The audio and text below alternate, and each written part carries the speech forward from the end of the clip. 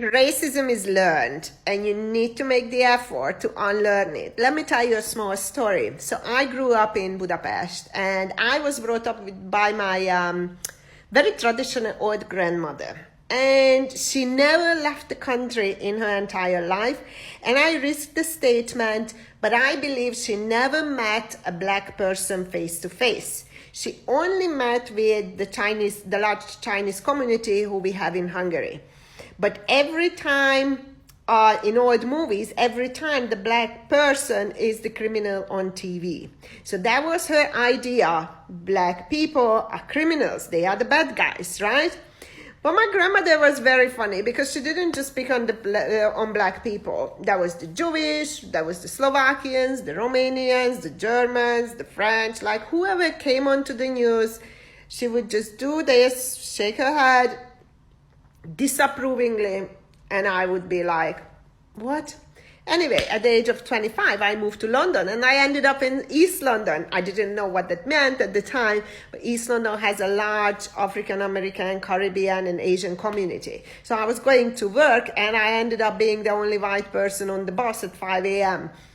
And I'm like, ooh, my grandmother's words were going through my head that, ooh, I'm not safe. Moving wasn't an option, so I just had to get on with it. I ended up living in East London for a year and a half, and I realized as I started working, making friends with all nationalities, that you know what, Granny was probably not right.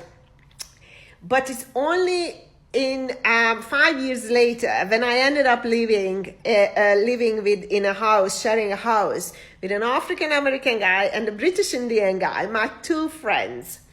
And we spent the whole night in the kitchen talking about topics related to racism, the stereotypes, how we view each other, how they view white people, how we view them, etc., etc. And those boys taught me everything and refuted everything that my grandmother taught me. So, you know, we debated, we laughed, we joked, but it was a safe space for me and for any of us to ask questions related to race and experiences and all that kind of thing.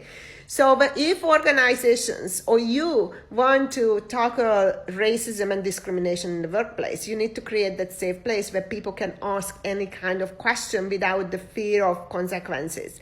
Only then you will be able to get your little brain to unlearn all the stereotypes, all the biases and whatever discrimination and racism you have picked up during your upbringing, and unlearn and relearn the truth.